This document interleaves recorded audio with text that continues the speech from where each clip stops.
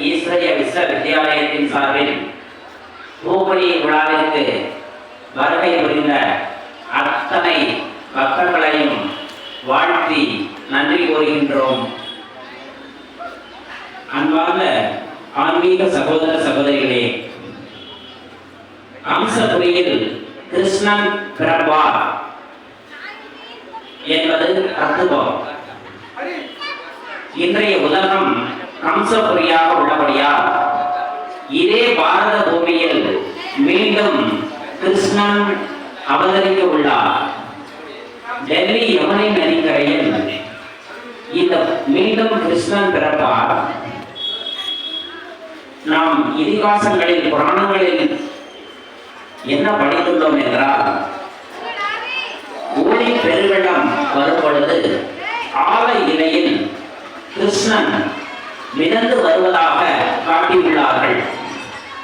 முழு உலகமும் நீரினாலும் 5 தத்துவங்களினாலும் ஒரு விநாசத்தை சந்திக்கும் பொழுது மறு ஸ்தாபனையினாக டெல்லி யமுனை நதிக்கரையில் கிருஷ்ணனுடைய ராஜ்யம் துவங்கும்.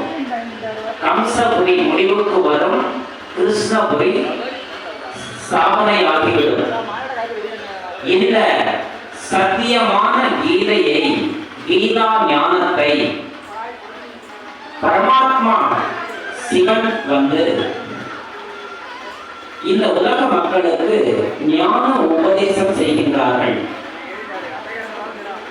ஜோதி சொரூபமாக இருக்கும் அந்த பரந்தாம வாசியான பரமாத்மா சிவன் இந்த பூமிக்கு ஒவ்வொரு 5000 வருடங்களுக்கு ஒரு முறை அவதரிக்கின்றார். அதனால்தான் பாரதத்தை சிவனுடைய அவதார பூமி என்று கூறுகின்றோம். காஷ்மீர் டு கன்னியாகுமரி வரை பெரிய பெரிய கோவில்கள் கட்டியுள்ளோம். 35 ஏக்கர் 40 ஏக்கர்ல சிவன் கோவில் இருக்கும். காரணம், இந்த உலகம் மாயையிடம் அடிமையாகும் பொழுது, பஞ்ச விகாரங்களில் அடிமையாகும் போது, பாவத்தினால் சூழப்படும் போது பகவான் சிவன் அவதாரம் செய்து இந்த மனித குலத்தை விடுவிக்கின்றார், விடுதலை செய்கின்றார். சிவனை வழிபட்டால் முக்தி கிடைக்கும் என்பார்கள். முக்தி என்றால் விடுதலை என்ற அர்த்தம்.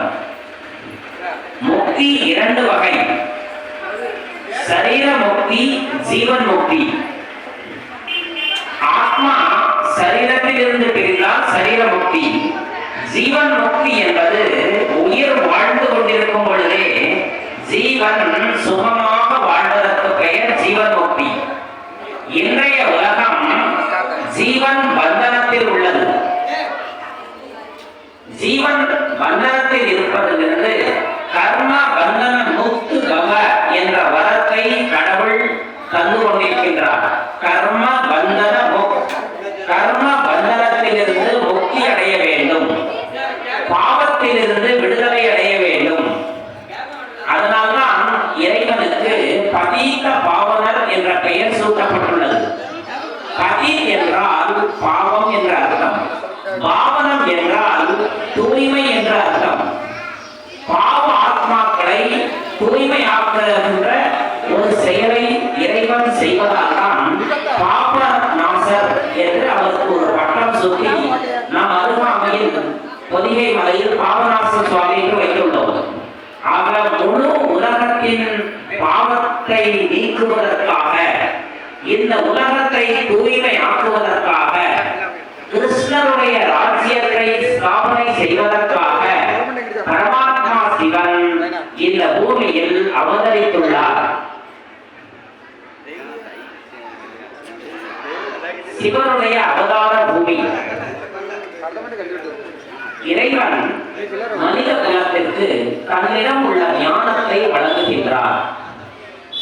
இறைவன் ஞான மூர்த்தீஸ்வரன் என்று பெயர். குலசேகரப்பட்டினம் கோயில போய் பார்த்தீங்கன்னா அங்க உள்ள மூர்த்திக்கு பெயர் ஞான மூர்த்தீஸ்வரன் ஒன்று.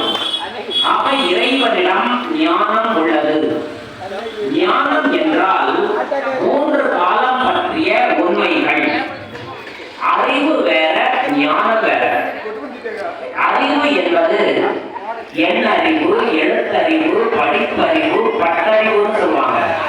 ஞானம் என்றால் எதிர்காலத்தை குறித்து யார் ஒருவர் சரியாக சொல்கிறாரோ அவரை ஞானி என்பார்கள், தீர்க்கதரிசி என்பார்கள்.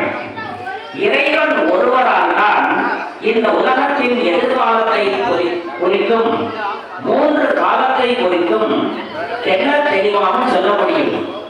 ஆக அந்த முக்கால ஞானியான பரமாத்மா வந்து மனித உணர்வில் பிரவேசமாகி நாம் அனைவருக்கும் கீதையை தருகின்றார்.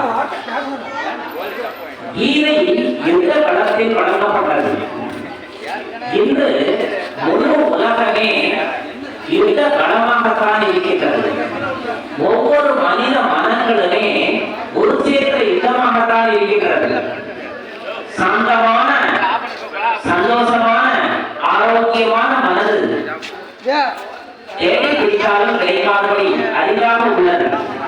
ஆக இறைவன் ஒவ்வொரு மனித ஆத்மாவிற்கும், ஒரு அர்ஜுனனுக்கு மட்டுமல்ல, முழு உலகத்தில் உள்ள தன்னுடைய ஒவ்வொரு குழந்தைக்கும் கீதை ஞானத்தை இறைவன் வழங்க வந்துள்ளார்.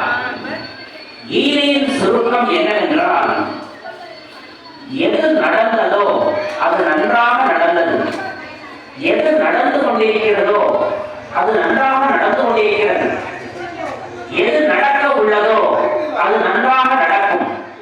இந்த 3 முழுக்கான சத்தான வரையில் சகல ரகசியங்களும் அடங்கிவிடுகிறது.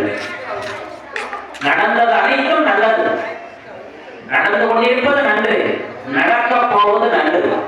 இந்த 3 வரியை அதன் ஆழத்தை ஒவ்வொருவரும் புரிந்து கொள்ள வேண்டும்.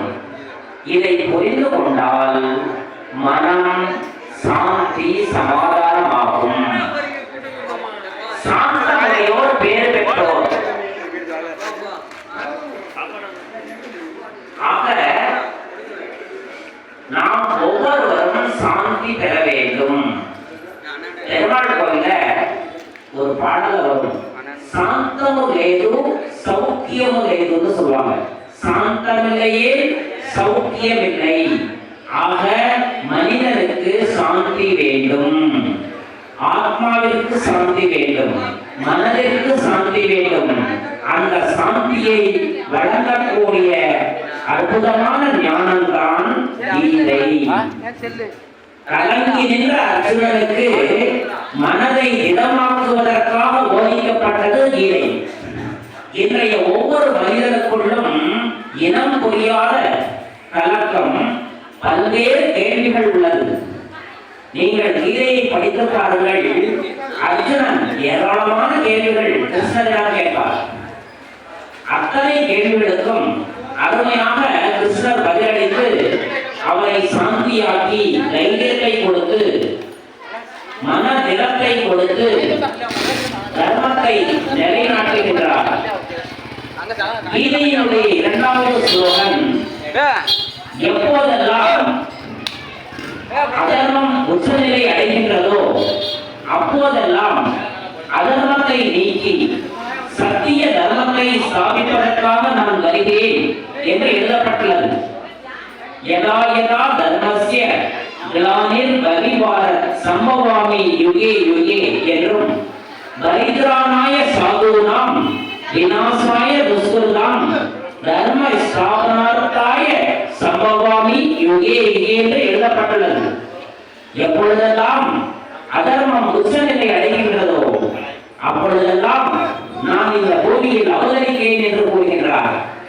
இன்றைய காலகட்டத்தில் அதர்மம் அதிகமாகிவிட்டது. இன்று மகாபாரதத்தினுடைய தர்மனுடைய ஒரு குணாதிசயத்தை உங்களோடு பகிர்ந்து கொள்ள விரும்புகின்றோம். தர்மன் என்பவர் ஒரு பொழுதும் பொய் சொல்லாதவர். எக்கணமும் அவர் பொய் சொல்ல மாட்டார். தர்ம நெறி தவறாதவர். யம தர்மனின் நினைவில் அந்த சக்தியில் பிறந்தவர் தான் தர்மராஜா. அவருடைய ரதம் போர்க்களத்தில் பூமியில் நகராது. பூமியிலிருந்து ஒரு அடி தேர் மேலதான் இருக்கும். எல்லாருடைய தேரும் பூமியோட வரிசைட்டு இருக்கும். தர்மருடைய தேர் பூமிக்கு மேல இருக்கும். காரணம், அவர் பாவ சுமையற்றவர். அப்பேற்பட்ட தர்மனை கூட அந்த யுத்தத்தில் பொய் சொல்ல வைப்பார்கள். அதாவது பாண்டவர்களுக்கும் குரு துரோணர் தான், கௌரவர்களுக்கும் குரு துரோணர் தான். போர்க்களத்தில் கௌரவர் சார்பில் துரோணர் இருக்கின்றார். துரோணரை வெல்ல யாராலும் முடியாது. துரோணரை வெல்ல வேண்டும். அவர் கையில் அஸ்திரம் இருக்கும் வரை அவரை ஒருவராலும் ஒன்றும் செய்ய முடியாது. ஆனால் கௌரவர்களுடைய படை தளபதியாக அவர் நின்று கொண்டிருக்கிறார். அவருடைய கையில் இருக்கக்கூடிய வில்லை கீழே வைக்க வைக்கணும். என்ன செய்ய என்று ஆலோசனை நடக்குது. மாணவர்கள் தரப்பில் கிருஷ்ணர் தலைமையில் ஆலோசனை நடக்குது. அப்போ கிருஷ்ணர் ஒரு உபாயம் சொல்றார். துரோணரை வீழ்த்துவதற்காக ஒரு உபாயம் சொல்றார். அதாவது எப்போ துரோணருடைய மனசுல வருத்தம் வருகின்றதோ, கவலை வருகின்றதோ, அப்பொழுது அவருடைய அஸ்திரம் கீழே வச்சுல கை வேலை செய்யாது. கவலை வந்தா அவருடைய அஸ்திரம் வேலை செய்யாது. இந்த வார்த்தை நாம் ஒவ்வொருவரும் புரிந்து கொள்ள வேண்டியது. மனதில் கவலை வந்தால் நம்முடைய உடல் உறுப்புகள் கூட செயல்திறன் குறையும். ஆக நாம் ஒவ்வொருவரும் நம் மனதை கவலையற்றவர்களாக வைத்துக் கொள்ள வேண்டும். மகிழ்ச்சியானவர்களாக வைத்துக் கொள்ள வேண்டும். மகிழ்ச்சி என்பது மிகச் சிறந்த மருந்தாகும். மனதிற்கும் சரி, உடலுக்கும் சரி. அதனால்தான் சொன்னாங்க, வாய் விட்டு சிரித்தால் நோய் விட்டு போகும்னு சொன்னாங்க. ஆக சிரிப்பு என்பது மிகச் சிறந்த மருந்தாகும். நாம் மகிழ்ச்சியாக இருப்பதற்காக பரமாத்மா நமக்கு ஞானம் வழங்குகின்றார். ஆக அந்த துரோணருக்கு என்ன செய்வாங்கன்னா, துரோணருடைய மகன் தான் அஸ்வத்தாமன். அப்போ அந்த ஆலோசனை கூட்டத்தில் என்ன செய்வாங்கன்னா, நாளைக்கு போர்ல துரோணரை வீழ்த்தணும்னா அந்த ஒரு வருத்தமான செய்தியை துரோணருக்கு கொண்டு சேர்க்கணும். அப்போ அவர் வீழ்த்திடலாம். என்ன செய்யலாம்னு யோசிக்கும் போது பீமன் என்ன செய்வார்னா, அதாவது அஸ்வத்தாமன் இறந்து விட்டார் என்ற ஒரு செய்தியை துரோணருக்கு கொண்டு சேர்க்கணும். ஆனா கொண்டு சேர்த்தால் துரோணர் நம்ப மாட்டார். யார்கிட்ட கேட்டார்னா, அந்த மிகப்பெரிய யுத்த களத்தில் தர்மன் ஒருத்தர் உண்மை இருக்கும். அதனால அவர்கிட்ட கேட்க வருவார். அப்படி வரும் பொழுது தர்மர் என்ன சொல்லணும், ஆமா அஸ்வத்தாமன் இறந்துட்டார்னு சொல்லியாச்சுன்னா துரோணர் கீழே விட வச்சுவாரு, அவரை வதம் பண்ணிடலாம். இதுதான் திட்டம். அப்ப தர்மத்தை கேட்கறாங்க, நாளைக்கு நீங்க ஒரு பொய்ய சொல்ல முடியுமான்னு கேட்காங்க. நான் மாட்டேங்கிறார். உடனே பீமன் என்ன செய்வார்னா, பக்கத்துல இருந்த ஒரு யானைக்கு அஸ்வத்தாமன் இன்னும் நான் ஒரு நாமகரணம் சொல்றேன் சொல்லிட்டு தன்னுடைய கதையால அந்த யானையை வதம் பண்ணிடுவார். இப்போ அஸ்வத்தாமன் என்ற யானை வதம் பண்ணியாச்சு. இந்த செய்தியை நான் நாளைக்கு சொல்லுவேன், அதுக்கு நீங்க தலையசிட்டா போதும் என்று தர்மத்தை சொல்லி வச்சுருவாங்க. அதே போல அடுத்த நாள் போர்க்களத்தில் தர்மன் ஒரு புறன் அஸ்வத்தாமன் இறந்து விட்டார் என்ற ஒரு செய்தியை துரோணர் காலுக்கு கொண்டு போய் சேர்ப்பாங்க. உடனே அவருக்கு மனம் கலங்கிடும். பாசமிக்க ஒரே பையன், உடனே தேரோட்டிகளை சொல்வார், தேரோட்டியே இந்த ரதத்தை தர்மன் பக்கத்துல கொண்டு போய் சொல்வார். உடனே அந்த தேரோட்டியை கொண்டு போவார். உடனே எதிர் அணியில இருக்கிற தர்மன்கிட்ட கேட்பார், தர்மா என்ன நடந்தது என்று கேட்பார். உடனே தர்மன் சொல்வார், அஸ்வத்தானம் இறந்தது உண்மை, ஆனால் அது யானை என்று அவர் சொல்லுவார். ஆனா அந்த நேரம் கிருஷ்ணர் என்ன செய்வார்னா தன்னுடைய சங்கை எடுத்து அஸ்வத்தானம் இறந்தது உண்மைன்னு சொன்ன அடுத்த கணம் சண்டை ஊதிடுவார். அது யானைங்கிற சொல் அவர் காதுக்கு போகாது, துரோணர் காதுக்கு போகாது. உடனே அஸ்வத்தாமன் இறந்தான உடனே துரோணர் தன்னுடைய வில்ல கீழே வச்சுட்டு அப்படியே கண்ணை மூடி தவத்தில் இருப்பார். திரௌபதியினுடைய அண்ணன் திருஷ்டத்யும்னன் அவர் என்ன செய்வார்னா அவர் சபதம் பண்ணியிருக்கிறார், துரோணரை வதம் செய்ய வேண்டும். அவர் தன்னுடைய வாளால துரோணரை கடத்திவார். ஆக இப்படியாக துரோணரை வதம் செய்வதற்காக தர்மனை பகடைக்காயாக பயன்படுத்தி உள்ளார்கள். ஆக பொய்யே சொல்லாத ஒருவரை பொய் சொல்றதுக்காக ஒரு சின்ன சூட்சுமமா பயன்படுத்திடுவாங்க. அதனுடைய விளைவு என்ன ஆகும் என்றால், மகாபாரத போர் முடிந்து பாண்டவர்கள் வனவாசம் போவாங்க. வனவாசம் இல்ல, அப்படியே இமயமலையை நோக்கி போவாங்க. அந்த காலத்துல 60 வயசு ஆயிடுச்சுன்னா தன்னுடைய ராஜ்ய பொறுப்பை வாரிசுகள்கிட்ட ஒப்படைச்சிட்டு வனாந்திரம் நோக்கி போயிடுவாங்க. தேசாந்திரமா இறைவனை நோக்கி தவம் செய்ய போயிடுவாங்க. அப்போ போருக்கு பிறகு குந்தியும் மற்றும் காந்தாரி, திருதராஷ்டிரன் இவங்கெல்லாம் ஒரு காட்டுல போய் ஒரு கொடியை வச்சு ஓய்வுக்கு போயிடுவாங்க. இந்த பாண்டவர்கள் என்ன செய்வாங்கன்னா இமயமலை நோக்கி அப்படியே பயணம் செஞ்சுக்கிட்டே இருப்பாங்க. பயணம் செஞ்சுக்கிட்டே இருக்கும் பொழுது அங்க நகரன் அப்படியே மயங்கி கீழே விழுந்துருவார். உடனே தர்மன்ற பின்னால இருக்க பீமன் சொல்வார், அண்ணா வரிசையா வந்துட்டு இருந்தோம், நகுலன் கீழே விழுந்துட்டார். உடனே அவர் சொல்வாரு, திருப்பி பார்க்காம வாழ்வார்.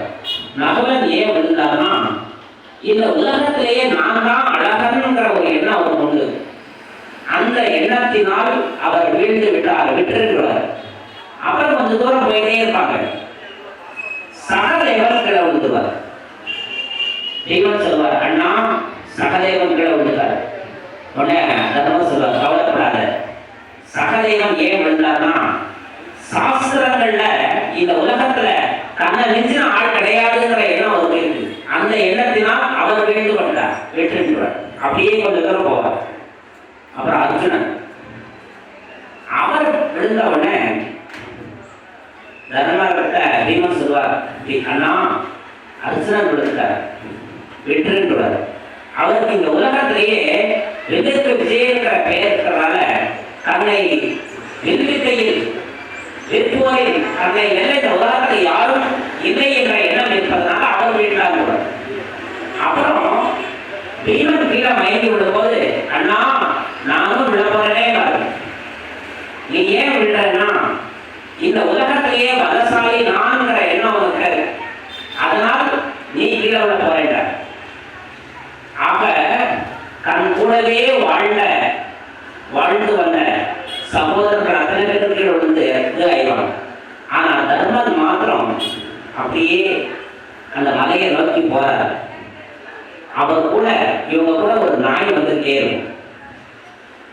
ஆக ஒரு கட்டத்துல மேல இருந்து ஒரு பல்லக்கு வரும்.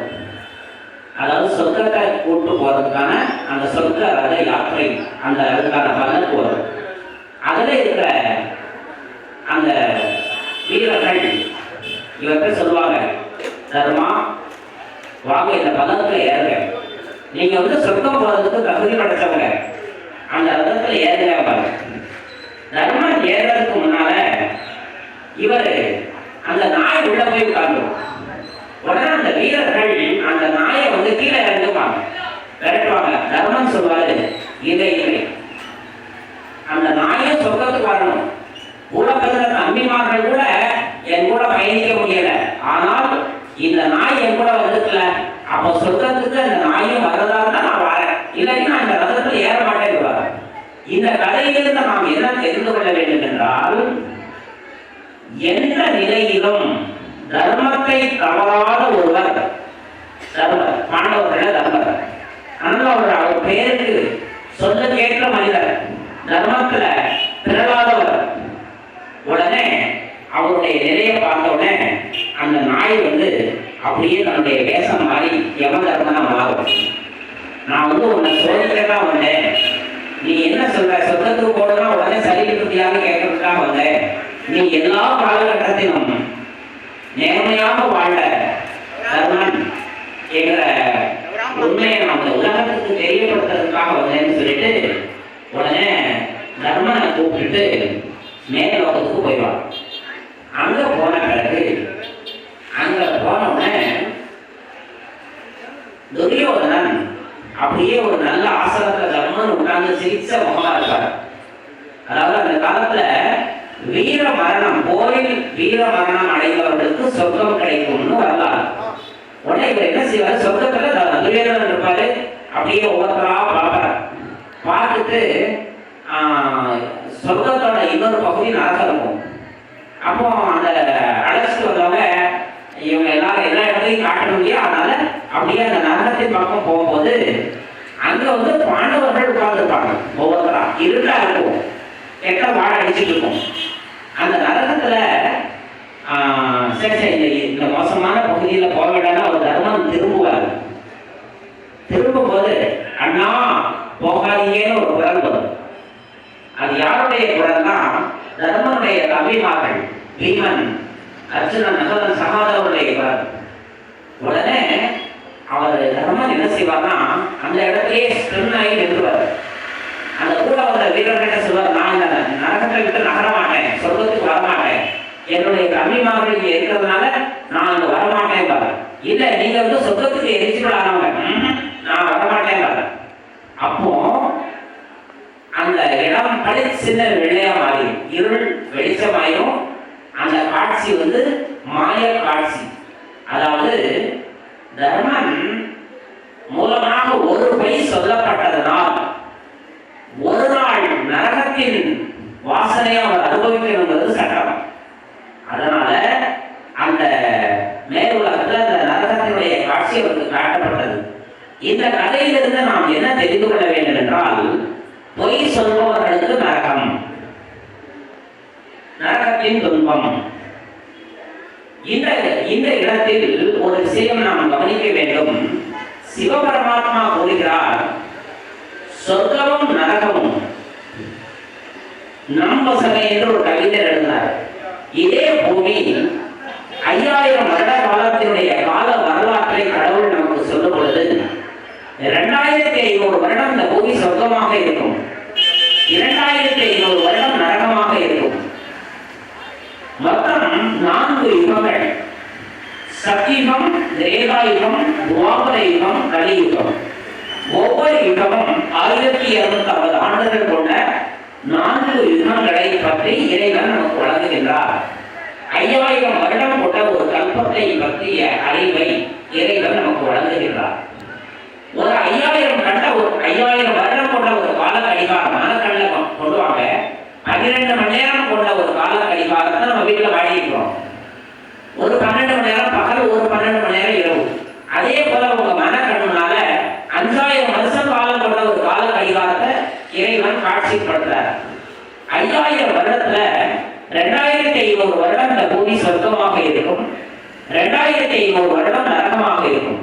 எப்படி 24 மணி நேரத்துல 12 மணி நேரம் பகல், 12 மணி நேரம் இரவு மாறி மாறி வருவது போல சொர்க்கம் 2500 வருஷம், நரகம் 2500 வருஷம் மாறி மாறி இதே பூமியில வரும்.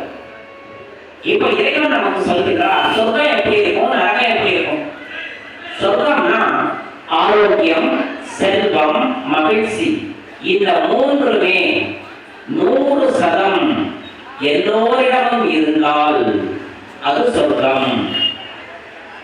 ஹெல்த், வெல்த், ஹாப்பினஸ், இந்த மூன்றுமே ஒரு சேர ஒரு மனிதனிடம் இல்லாத காலம்தான் சகோதர சகோதரிகளே, விசால மனதுடன் இந்த உலகத்தை பாருங்கள். யார் ஒருவரிடமாவது இந்த மூன்றும் ஒன்று சேர்ந்து உள்ளதா? அதாவது ஆரோக்கியம், செல்வம், மகிழ்ச்சி 100%. பிறந்ததிலிருந்து கடைசி நாள் வரைக்கும் எந்த நோயும் உடலுக்கு மனதிற்கு வரவில்லை என்றால் 100% ஆரோக்கியம் அர்த்தம். ஆனா இன்னைக்கு பிறந்த குழந்தைய நம்ம கையில கொடுக்கும் பொழுதே 2 ஊசி போட்டு கொடுக்குறாங்க. ஒரு டெட்டனஸ், ஒரு பிசிசி, 2 பக்கம் பெட்டாக்ஸ்ல குத்திட்டு தான் நம்ம கைக்கு குழந்தை வருது. அப்ப நம்ம என்ன புரிஞ்சுக்கணும்? நோய்கள் சூழ்ந்த உலகத்துல வாழ்றோம். அப்ப 100% இங்க நோய்னால இருக்குன்னு அர்த்தம். அடுத்தால செல்வம் போதுன்ற அளவுக்கு 3 செல்வம் இருக்கா? சிந்தித்து பாருங்கள். சரஸ்வதி சபதம் படத்துல ஒரு பாட்டு வரும். 3 தலைமுறைக்கு நிதி வேண்டுமாம், காலம் முற்றும் புகழ் வளர்க்கும் மதி வேண்டுமாம், தோன்றும் பகை நடுங்கும் பலம் வேண்டுமாம். அப்போ நிதி எவ்வளவு வேணும்? 3 தலைமுறைக்கு வேணும். ஒரு தலைமுறை என்பது 33 ஆண்டுகள்.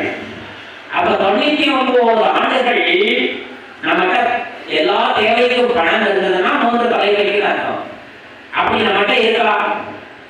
கொரோனா காலத்துல பார்த்தோம், 3 மாசத்துக்கு கூட நிறைய பேரால தாக்கு பிடிக்க முடியல. அதாவது 3 தலைமுறை நிதி என்பது ஒரு சிலர்கிட்ட மாத்திரம் இல்ல, 800 கோடி உள்ள மக்கள்கிட்டையும் 3 தலைமுறைக்கு நிதி இருந்தால் இந்த உலகம் 100% செல்வம் உள்ள உலகம் தான் இருக்கும். அது இன்னைக்கு இல்லை. மகிழ்ச்சி என்று பார்த்தோம் என்றால் பிறந்ததுல இருந்து கடைசி நாள் வரைக்கும் சிரித்த முகமா இருக்கும், பொது சிரித்த முகமா இருக்கணும், ஆனந்த முகமா இருக்கணும். அப்படி இருந்தா 100%. அப்படி இருந்தாங்களா? சிரித்த முகம். உங்க முகத்தையும் நீங்க கண்ணாடியில பாருங்க, மொட்டு மாதிரி இருக்கு, கழுத்துல புன்னகை இருக்கு, ஆனா முகத்துல புன்னகை காணாம போயிருக்கு. காரணம், நம்ம மனசுக்குள்ள வேண்டாத குப்பைகள், எதிர்மறை எண்ணங்கள் அதிகமாயிடும். நெகட்டிவ்ங்கிறது நம்மகிட்ட அதிகமாயிடும். பாசிட்டிவ் அதிகமா இருந்தா நம்ம வாழ்க்கை ஒளிமயமா இருக்கும், நெகட்டிவ் அதிகமா இருந்தா இருள்மயமா இருக்கும். ஆக இன்றைய மனித மனங்கள் இருளாக இருப்பதால் தான், இருள் நிறைந்த உலகத்தில் சிவன் வருவதால் தான் சிவராத்திரி என்ற பண்டிகை, ராத்திரி என்ற வார்த்தையை குறிப்பிடுகிறார்கள். ராத் என்றால் குஜராத் மொழியில் இருள் என்ற அர்த்தம். 24 மணி நேரத்தில் வரும் மாலை நேர இருள் குறிக்கப்படவில்லை, அது டெய்லி வரும்.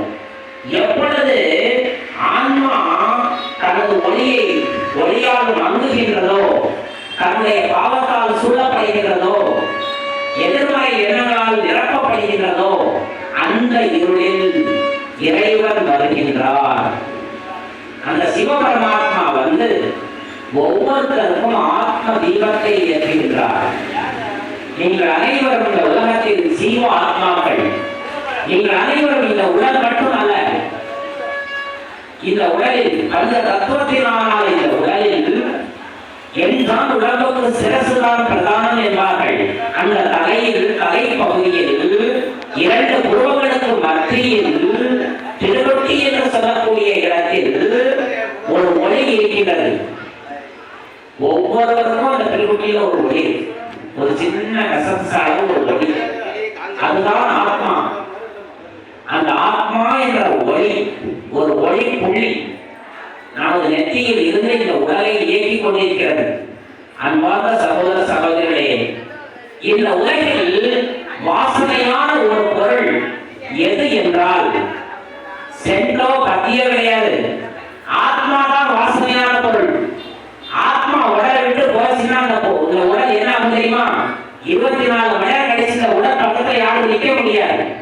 அவ்வளவு துர்நாற்றம் வரக்கூடிய இந்த உடலில் 80 ஆண்டுகள் 90 ஆண்டுகள் வழிநடத்தக்கூடிய சக்தி எது என்றால் ஆத்மா. ஆக வாசனையான பொருள் உலகத்தில் ஆத்மா என்பதை புரிந்து கொள்ளுங்கள். ஆக அந்த ஆன்மா நமது பூர்வ மத்தியில் இருந்து கொண்டு கண்கள் மூலமாக பார்க்கின்றது, வாய் மூலமாக பேசுகின்றது, காதுகள் மூலமாக கேட்கின்றது, கை கணைக்கால்கள் மூலமாக காரியங்கள் செய்கின்றது. ஆக ஒரு சின்ன சிறிய ஆத்மா இந்த முழு உலகை நகர்த்துகின்றது, நடத்துகின்றது, ஓட வைக்கின்றது, கர்ம இந்திரியங்கள் மூலம் காரியங்கள் செய்ய வைக்கின்றது. இங்கு நாம் புரிந்து கொள்ள வேண்டியது, நாம் உடலா ஆன்மாவா? அதனால்தான் ரமண மகரிஷி சொல்கிறார், தன்னை அறிந்து கொள்ளுங்கள், நான் யார் என்ற கேள்விக்கு விடை தெரிந்து கொள்ளுங்கள். திருமூலர் சொல்கிறார், தன்னை அறிந்தால் தனக்கு ஒரு கேடில்லை, தன்னை அறியும் அறிவை அறிந்தபின் தன்னை அர்ச்சிக்க தான் இருந்தானே என்று எழுதுகிறார். ஆக ஒவ்வொருவரும் தன்னை அறிந்து கொள்ள வேண்டும், தனது ஆத்மாவை அறிந்து கொள்ள வேண்டும், ஆத்ம ஞானத்தை பெற வேண்டும். கீதையின் முதல் பாடமே ஆத்ம ஞானம்தான். நீங்கள் கவனித்து பாருங்கள், அர்ஜுனன் போர்க்களத்தில் தன் எதிரில் உள்ள படையை பார்க்கின்றார். காக்காவான விஸ்வ பிதாமகர், வில்வித்தை சொல்லி தந்த குரு துரோணர், குரு வம்சத்தை சேர்ந்த சகோதரர்கள், காக்காமார்கள், பாட்டிமார்கள் எல்லாருமே ஒரே சொந்தம். இவங்களை நான் வலம் செஞ்சுட்டு நான் ராஜ்யத்தை அடையணுமா, இது நியாயமானங்கிற ஒரு உணர்வு வந்து அவர் தன்னுடைய காண்டி கீழே நகர்த்துறார், தோல் பலம் குறைஞ்சி கீழே வைக்கிறார். அந்த நேரத்துல தான் கிருஷ்ணர் அவருக்கு கீதோபதேசம் பண்றார். என்ன பண்றார் தெரியுமா? ஆத்ம ஞானத்தை தான் போதிக்கிறார். அர்ஜுனா, எதிரில் இருப்பவர்கள் அனைவரையும் நீ உடலாக பார்க்க வேண்டாம், உடலுக்குள் இருக்கும் ஆன்மாவாக பார். ஆன்மா அழிவதில்லை, நீரில் கரைவதில்லை, நெருப்பில் எரிவதில்லை, வாளால் வெட்டப்படுவதில்லை. அத்தகைய ஆத்மாக்கள் தான் உன் எதிரில் இருக்கிறார்கள். உடல் உரிய காலத்தில் நட்டி போய்விடும். உடல் என்பது ஒரு சட்டை, கீதை போதிக்கிறது. உடல் என்பது ஒரு சட்டை, சட்டை பழசானா புது சட்டையை மாற்ற போயிடும், நாமளே மாற்றிடுவோம். அதே போல ஆத்மா அணிந்து கொண்ட சட்டை தான் உடல். நீ சட்டையை பார்க்காதே, ஆத்மாவை பார். உன்னால் ஆத்மாவை கொல்ல முடியாது என்ற ஞானத்தை கொடுத்து, நீ சத்திரியன், நீ தர்மத்திற்காக இந்த காரியம் செய்ய வேண்டிய பொறுப்பாளன். ஆகவே நீ மனிதர் உடலை பார்க்காதே, உனது கடமையை செய், இல்லை என்று சொல்கிறார். ஆக கீதை என்ன உபதேசிக்கிறது என்றால் ஆத்ம ஞானத்தை உபதேசிக்கிறது. அனைவரும் ஆன்மாக்கள். இந்த இடத்தில் தான் சிவபரமாத்மா சில விஷயத்தை நமக்கு புரிய வைக்கிறார். முழு உலகத்தில் உள்ள அனைவருமே ஆத்மாக்கள். அனைத்து ஆத்மாக்களுக்கும் தன்னை இறைவனாகிய நான். ஒரு பாடல் உண்டு, பிள்ளைக்கு தந்தை ஒருவன், நாம் எல்லோருக்கும் தந்தை இறைவன். ஆக ஒரு பிள்ளைனா ஒரு அப்பா இருப்பார், இது பொது நியதி. எல்லோருக்கும் ஒரு அப்பா இருக்கார், அவர்தான் சிவன். காட் ஃபாதர்னு சொல்லுவாங்க, இறை தந்தை ஆங்கிலத்துல. ஆக இறைவன் என்ற தந்தை நாம எல்லாரும் இருக்காங்க. அந்த இறை தந்தையின் நினைவு சின்னம்தான் சிவன் கோவில். சிவனுடைய இலக்கணம் என்னன்னா, கடவுளுடைய இலக்கணம் என்னன்னா, அவர் அவருடைய உருவம் ஜோதி பிந்து, அவர் ஒளி. அவருக்கு உடல் கிடையாது. நீங்க இந்தியாவில் எத்தனை கோவில்கள் போய் பாருங்க, மற்ற தேவ ஆத்மாக்களுக்கு உடல் இருக்கும். நம்ம வீரபத்திலே எடுத்துக்கோங்க, பூர்ணிநாதர் இருக்காரு, ஜோதிலிங்கநாதர் இருக்கும். நரகதாம்பிகை பாருங்க, ஒரு அம்மன் சிலை இருக்கும். அங்க இருக்கிற விநாயகர், முருகர், ஆஞ்சநேயர் எல்லாருக்கும் உடல் இருக்கும். ஆனால் சிவபரமாத்மாவிற்கு உடல் இருக்காது. என்ன காரணம் என்றால், அந்த சிவன் என்பவர் ஒரு பொழுதும் கர்ப்பத்தில் பிறப்பு இறப்பதில்லை. பிறப்பு இறப்பற்றவர் தான் சிவன். யாருக்கு பிறப்பு இறப்பு இல்லையோ, யாருக்கு தாய் தந்தை இல்லையோ, அவர் தான் கடவுள். அப்படி பார்த்தோம்னா சிவன் தான் கடவுள். அப்ப மீதி உள்ளவங்கெல்லாம் யாரு? உங்களுக்கு ஒரு கேள்வி எழுப்பும், மீதி உள்ள அத்தனை பேரும் தேவ ஆத்மாக்கள். இந்த பூமியில ரெண்டு கேட்டகரியை புரிஞ்சுக்கங்க. நாம் வழிபடும் தெய்வங்கள்ல ரெண்டு ரகம், அதாவது 33 கோடி தேவர்கள். ஐயர் மந்திரம் சொல்லும்போது சொல்லுவார், 33 தேவர்களை போற்றி, எல்லா தேவர்களுக்கும் இங்க வாங்க, உங்க முன்னிலையில இந்த கிரக பிரவேசம் பண்ணுதுன்னு ஐயர் சொல்லுவார். ஆக தேவர்களின் எண்ணிக்கை 33 கோடி பேர், கடவுளின் எண்ணிக்கை 1. அதாவது இந்த 33 கோடி தேவர்களின் தலைவர் தான் சிவன். தேவாதி தேவன் மகாதேவன், சிவனுக்கு பேர் பாருங்க மகாதேவன். ஆக அந்த மகாதேவனிடம்தான் ஞானத்தையும் சக்தியையும் பெற்று தேவர்களாக மாறக்கூடியவர்கள் 33 கோடி பேர். நம்ம இந்தியாவிலேயே 100 கோடி தேவர்கள் இருக்காங்க, நல்லா புரிஞ்சுக்கங்க. மொத்தம் 140 கோடி பேருக்கு மேல இந்தியாவில் இருக்காங்க. இறைவன் சொல்றாரு, இந்தியாவுல 33 கோடி தேவர்கள 30 கோடி இந்துக்கள் தேவ ஆத்மாக்கள், மீதி ஒரு 3 கோடி பேர் முழு உலகத்துல பரவலா இருக்காங்க. டோட்டல் தேவ ஆத்மாக்களுடைய எண்ணிக்கை 33 கோடி பேர். தேவர்களுடைய இலக்கணம் என்னவென்றால், எந்த ஆத்மாவில் 16 குணம் இருக்கின்றதோ அவர்கள் தேவர்கள், எந்த ஆத்மாவில் 8 சக்திகள் இருக்கிறதோ அவர்கள் தேவர்கள். அதெல்லாம் பெரியவங்க வாழ்த்துவாங்க, 16 பெற்று பெருவாழ்வு வாழ்ந்தவாங்க. 16 சக்திகள் நாம் அடைய பெற வேண்டும். இன்றைய காலகட்டத்தில் நம்முடைய மனித முயற்சி எதை நோக்கி இருக்க வேண்டும் என்றால், அந்த 16 குணத்தை சக்தியை பெறுவதாக இருக்க வேண்டும். இதுதான் லட்சியம். மனித வாழ்க்கையின் லட்சியம் தனக்குள் இருக்கும் தெய்வீகத்தை வெளிக்கொணர வேண்டும். நம்ம ஒவ்வொரு ஆத்மாவிலையும் 16 குணம் இருக்கான். ஆனா அந்த 16 குணம் சொல்லுவாங்க உள்ள அடங்கி இருக்கு, உள்ள பதிஞ்சு கிடக்கு. எப்படி தங்க துவாரை பூமிக்கு அடியில பதிஞ்சிருக்கோ அதே போல தங்கமான நல்ல குணங்கள் மனதின் ஆழத்துல பதிஞ்சு கிடக்கு.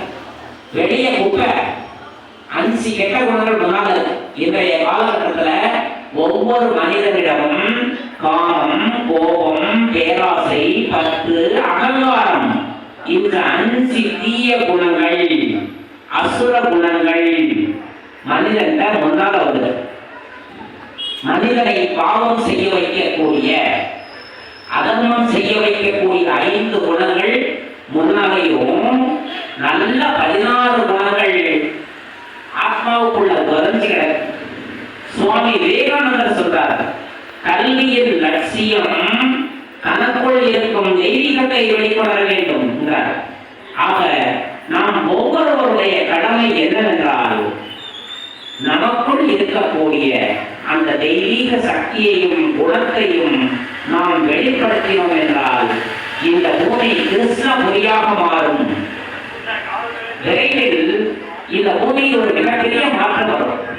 எப்பவுமே பாருங்க, ஒரு பழைய வீடு, ஒரு புதுசா ஒரு வீடு கட்டுவோம், ஒரு பழசாகவும் அப்படி இடிச்சுட்டு புது வீடு கட்டுவோம். அதே போல இன்றைய உலகம் ரொம்ப பழசாய் 5000 வருஷம் ஓல்டு. எக்ஸ்பிளைன் கேட்கிறது. இப்போ புது உலகம் வரப்போகுது. இந்த பூமியில புது உலகம் ஸ்தாபனை ஆகணும். யாரால முடியும்? நம்முடைய எல்லா ஆத்மாக்களுடைய தந்தை அந்த பிரம்மலோகத்தில் இருக்கிற சிவன் வந்து இந்த பூமியை தூய்மையாக்க வருகின்றார்.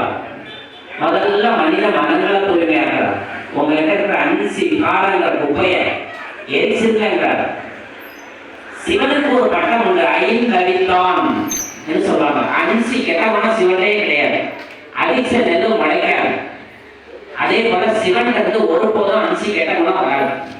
ஆனா மனித ஆத்மாக்கள்கிட்ட இந்த 5 கெட்ட குணம் நல்ல வேறொன்றி கருவேலம் வர்ற மாதிரி ஒவ்வொரு மனுஷத்தையும் ஒவ்வொரு மனுஷனும் உள்ளாயிட்டாங்க. பிறரை குத்தக்கூடிய உள்ளாகிவிட்டார்கள். 5 விதமான முட்களை வெளிப்படுத்துபவர்களாக ஆகிவிட்டார்கள். அதனாலதான் மகாராஷ்டிரா மாநிலத்துல சிவன் கோயில் ஒன்று உண்டு. பபூர் நாத் அந்த சிவன் கோயில் பேர். பபூர்னா கருவேல முள்ளுன்னு அர்த்தம். முள் போன்ற மனிதர்களை மலர் போன்றவர்களாக மாற்றுவதால் சிவனுக்கு பபூர்நாத் ஒரு பேர். அதே போல அமர்நாத் சிவனுக்கு ஒரு பேர். அதாவது அமர ஞானத்தை பார்வதிக்கு வழங்கியதால் அமரநாதர். அமர் என்றால் அழிவற்றது. இந்த பூமியில் நித்தியமான சத்தியமான ஞானம் எதுவோ அதை சிவன் வழங்குவதனுடைய அடையாளமாக அமர்நாத் என்ற பெயர் அவருக்கு சூட்டப்பட்டுள்ளது. அதே போல மகாராஷ்டிராவில் ஆந்திர பிரதேசத்தில் மகாகாலேஸ்வர் என்று ஒரு சிவன் கோவில் உள்ளது. காலனுக்கெல்லாம் மகா காலன். ஒட்டுமொத்தமா பூமியில உள்ள எல்லா ஆத்மையும் அப்படியே வரையறிச்சு போயிடுவார். சொல்லுவாங்க பூண்டோடு கைலாசம் பாருங்க. ஒரு நாள் மொத்தமா நம்ம எல்லாரையும் மேல அடிச்சு போவார். ஆனா யாரும் பயப்பட வேண்டாம். நம்முடைய எல்லா ஜீவாத்மாக்களுடைய சொந்த வீடு எது என்றால் இறைவன் இருக்கக்கூடிய அந்த பிரம்மலோகம் தான். நம்ம எல்லாரும் அங்கதான் இருந்தோம். அந்த மேல் உலகத்துல இருந்து இந்த பூமிக்கு விளையாட வருகிறோம். இந்த பூமியினுடைய வாழ்க்கை ஒரு விளையாட்டு. நீங்க விளையா பார்க்காதீங்க. இந்த பூமியில ஒரு நாடகம் நடந்துட்டு இருக்கு. இந்த நாடகம் 5000 வருடம் நடக்கக்கூடிய ஒரு நாடகம். அதுல நம்ம நடிச்சிட்டு இருக்கோம். ஒரு 84 வேஷம் போடுறோம். கடவுள் சொல்றார், எப்படி சிவாஜி கணேசன் 220 சினிமாவில நடிச்சாரோ படத்துல, அதே போல நாம எல்லாம் ஒரு 84 வேஷம் போட்டு 5000 வருஷத்துல 84 பேர் எடுப்போமா. ஆக 84 வேஷம் போட்டு இந்த பூமியில நம்ம நடிச்சிட்டு இருக்கோம். ஆத்மா இந்த பூமிக்கு வந்தவங்க இந்த பூமி ஒரு பரிசு தரும். உடம்பு என்ற பொம்மையை தரும். இது ஒரு மண் பொம்மை. எப்படி நம்ம வீட்டு பிள்ளைகளுக்கு பிளாஸ்டிக் பொம்மை வாங்கி தருவோமோ அது போல இந்த பூமி கண்ட பரிசு தான் இந்த உடல். ஆண் பெண் என்ற உடல் தாங்கி நம்ம இந்த நாடக மேடையில நடிச்சுக்கிட்டு இருக்கிறோம். நடிகராகிய நாம நாடகத்தினுடைய 3 காலத்தை மறந்துட்டோம். அதெல்லாம் குழப்பம்.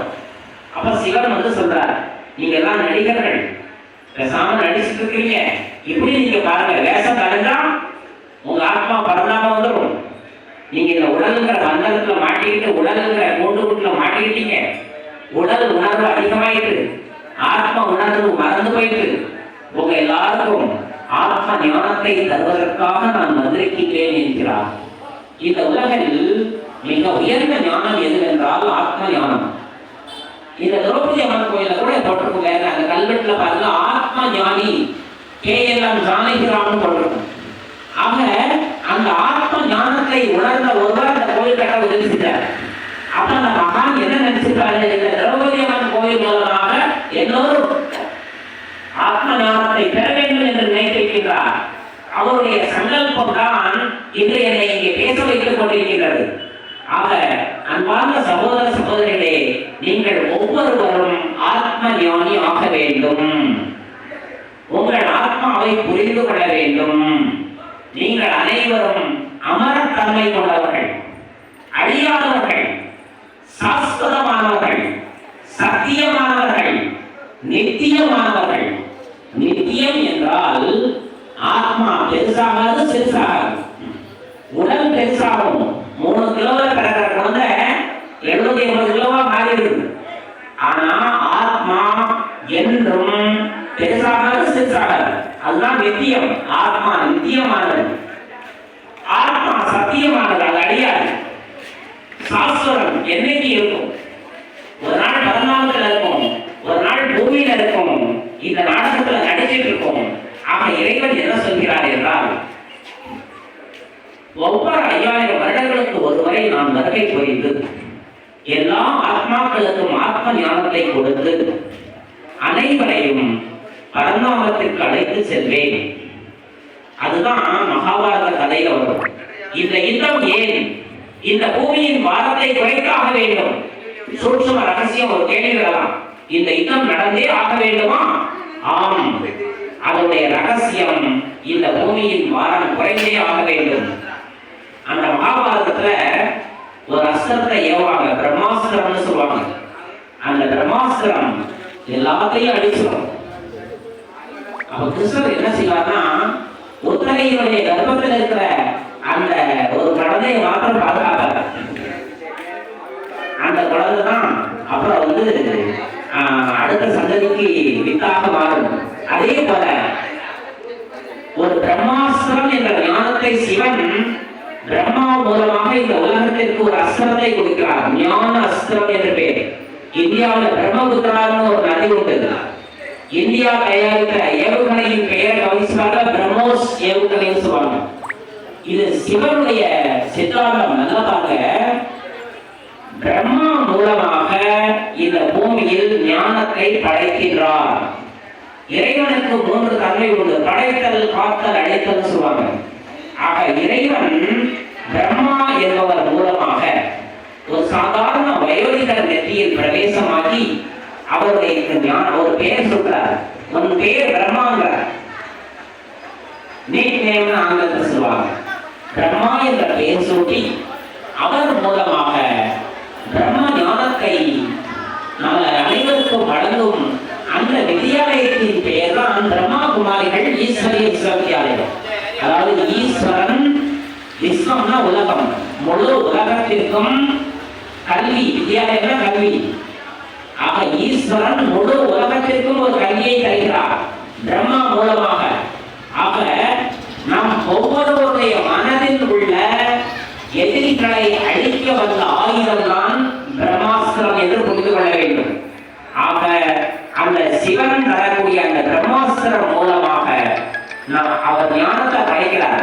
அந்த ஞானத்தினால், அந்த ஞான அதிசயத்தினால் நமது ஆத்மாவை நாம் தூய்மையாக்கிக் கொள்ள வேண்டும். நமது கடமை ஆத்ம சுத்தமாக வேண்டும். புற தூய்மை நீரால் அமையும், அக தூய்மை வாய்மையாக காணப்படுவாங்க. அதாவது உடல் அழுக்கு டெய்லி சோப்பு போட்டு குளிச்சிருக்கோம். அக தூய்மை, ஆத்ம தூய்மை எதனால் ஆகும்னா, ஆத்மா ஒரு வழி, பரமாத்மா வழியினால் தான் ஆத்மா தூய்மை ஆகும்.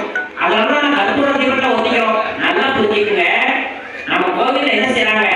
கற்பூர ஆராதனை காட்டுவாங்க. அதனுடைய அடையாளம் என்னவென்றால், இதோ நீங்கள் வழிபடும் அந்த தேவர் இருக்காங்களே, சிவனாகட்டும் மற்ற மூர்த்திகளாகட்டும், அவர்கள் அனைவரும் ஒளியானவர்கள், ஒளி சக்தி படைத்தவர்கள். அதனுடைய நினைவாக்கமாகத்தான் அந்த கற்பூரத்தை சுத்திட்டு அப்படியே இறைவனுடைய நினைவு சின்னமாக கொண்டு வருவாங்க. அந்த ஒளியை நம்ம 2 கரத்தாய்க்கு ஒத்தி கண்ணில் வச்சுக்கிறோம். என்ன அர்த்தம்னா, அந்த ஒளி சக்தி வெளி மூலமா உள்ள போனா உள்ளே இருக்கிற பாவ இருள் போகும். இதுதான் தத்துவம். அப்ப உணர்ந்து ஒழுகினால் உயர்வடையலாம் அர்த்தம். அப்புறம் நம்ம ஒரு பொட்டு வச்சுக்கோம். கோவிலுக்கு போனா சந்தனமோ குங்குமமோ விபூதியோ நெத்தியில இருக்கிறோம். என்ன அர்த்தம் என்றால், இறைவா, அப்பா, என் நெத்தியில நீங்க உட்காரணும்பா, என் கூட வாங்கப்பான்னு சொல்லி பொட்டு வச்சுக்கணும். நல்லா புரிஞ்சுக்கல. இந்து மதம் அர்த்தம் உள்ள இந்து மதம். நம்ம பொட்டு வைக்கிறதுடைய அடையாளம் இறைவனை தன் உள்ளத்தில் அமர்த்தி செல்ல வேண்டும். ஒரு குழந்தையை தூக்குவோம், தோல்ல வைப்போம், இடுப்புல வைப்போம், மடியில வச்சுக்குவோம். ஆனா கடவுளை அமர்த்த வேண்டிய இடம் நமது பூர்வ மத்தி என்பதை மறந்து விடாதீர்கள். அதனால பெரியவங்க எழுதுறாங்க, உள்ளம் ஒரு கோவில், ஊருடம்பு ஆலயம். நம்ம உடனே ஒரு ஆலயம், உள்ளம்தான் கருவறை. அந்த கருவறையில் இறைவனை அமர்த்த வேண்டும்.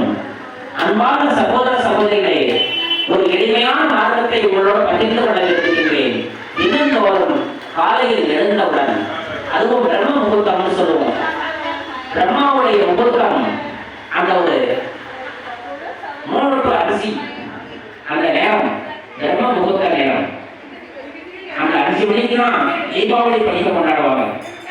காரணம் என்னன்னா, மகாலட்சுமியை வீட்டுக்கு கூப்பிடுற பண்டிகை தீபாவளி.